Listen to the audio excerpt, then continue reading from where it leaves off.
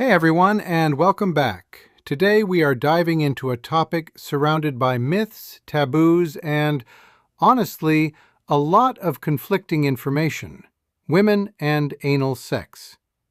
Whether you're here out of curiosity, because a partner suggested it, or because you tried it before and it was uncomfortable, this is a completely non-judgmental, facts-first guide. We're going to cover everything: how ancient civilizations viewed and practiced it, what modern anatomical science says about female pleasure, and practical, step-by-step advice for women who want to try it safely. Before we get started, let's lay down three essential truths. Number one, anal sex is never mandatory. Your open-mindedness, value as a partner, or sexiness are not measured by what you choose to do with your body. Number two, pain is not a requirement. Media often portrays anal sex for women as something painful that you just have to endure. That is medically false. Pain is simply a signal that something is missing, usually time, lubrication, or relaxation. And number three, pleasure is biologically real. When approached with knowledge and patience, the female body has the anatomical structure to derive significant pleasure from it. Let's start by looking back in time to see how we got here. It's easy to think of anal sex as a modern phenomenon fueled by internet culture. But history tells a very different story. Humans across ancient civilizations practiced anal sex for a variety of cultural, reproductive, and social reasons. In ancient Egypt and Mesopotamia, references to non-vaginal sex appear regularly. In ancient Egypt, mythologies involving gods like Set and Horus referenced anal encounters as power dynamics. Among everyday people, non-procreative sex was often practiced as a practical form of birth control in a world without modern contraception. Moving over to Greco-Roman antiquity, sexual acts were largely viewed through the lens of power and social status. In ancient Greece, heterosexual anal sex was widely depicted in red figure pottery and literature, often to prevent unwanted pregnancies. In ancient Rome, poets like Ovid and Catullus wrote explicitly about it, though social class dictated who took active or passive roles. In ancient China, particularly within Taoist sexual philosophy, sex was viewed as an exchange of energy, yin and yang. Ancient sex manuals from the Han Dynasty detailed numerous positions and techniques where non-vaginal play was recommended to preserve vital energy while cultivating intimacy. And in ancient India, the Kama Sutra, written between the 2nd and 4th centuries, catalogued various forms of penetration and external play, treating them simply as alternative avenues for physical pleasure rather than moral taboos. The takeaway from history? For thousands of years, anal sex was viewed pragmatically, as art, birth control, energy exchange, or sheer pleasure. It was only much later, through medieval European religious and legal shifts, that absolute taboos were attached to it. Now let's move from history to hard science. What happens physically during anal stimulation? First, let's talk about the muscle network. The anal passage is kept closed by two primary rings of muscle. The external sphincter is the outer ring made of skeletal muscle. It is under voluntary control, meaning you can consciously flex or relax it. The internal sphincter, located just past the outer ring, is smooth muscle controlled by your autonomic nervous system.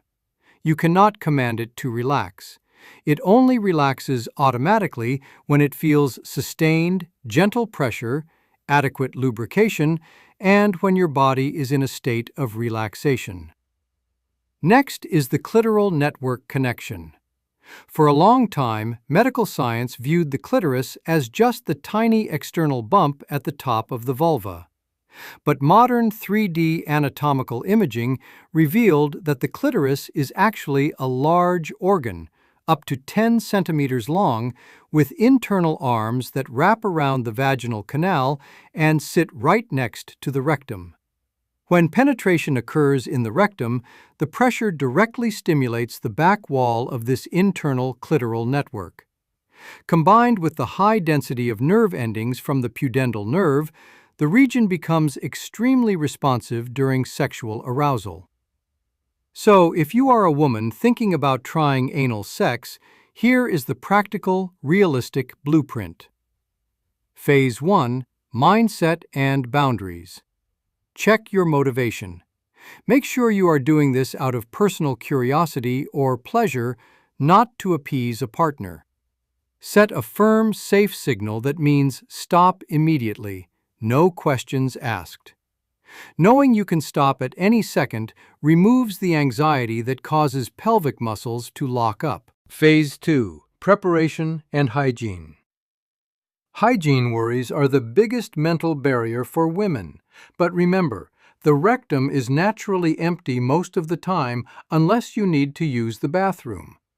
A warm shower or wet wipe is usually more than enough. If using a bulb syringe or douche, use simple lukewarm water and don't overdo it.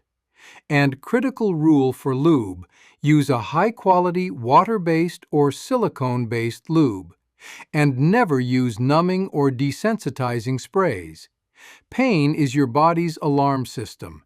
If you numb the area, you won't know if micro tears are happening. Phase 3: The warm-up.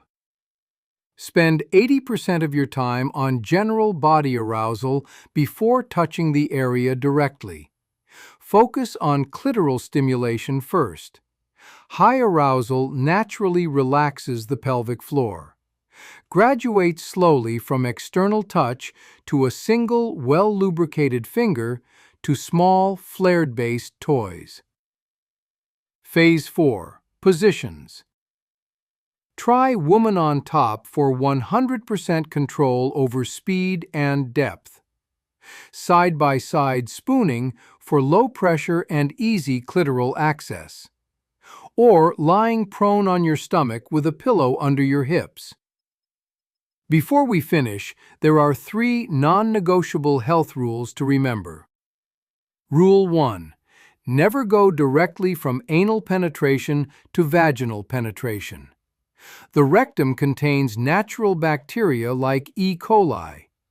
Moving directly to the vagina can cause severe urinary tract infections or bacterial vaginosis. Always wash thoroughly or change the condom first. Rule 2: Always use a flared base for toys. The rectum's natural muscle waves can pull unanchored objects inward. Any toy inserted must have a wide, flared base. Rule 3: Listen to sharp pain. Discomfort means add more lube or slow down.